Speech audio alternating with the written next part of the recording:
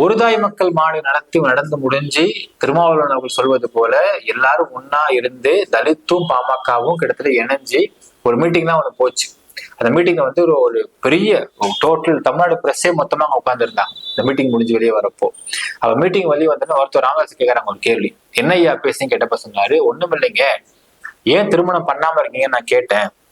அதுக்கு திருமணம் பண்ணுங்க ஐயா, நீங்க வேணா பொண்ணு இருந்தா சொல்லுங்க நான் சொன்னாரு, எங்க இதுல பொண்ணு இருக்கு நான் கொடுக்குறேன்னு நான் சொன்னேன்னு சொல்லிட்டு சிரிச்சுக்கிட்டே சொல்லிட்டு வந்தார்.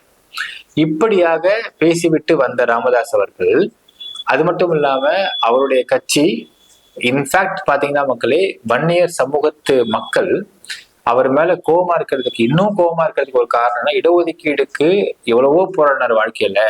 அந்த இடஒதுக்கீட அதிமுக வந்து அள்ளி கொடுத்தாங்க, 11.5% கொடுத்தாங்க. அது வந்து வன்னியர் சமூகத்து மக்களுக்கு ஒரு பெரிய வரப்பிரசாதமா பார்க்கப்பட்டுச்சு போன ரெஜிம்ல.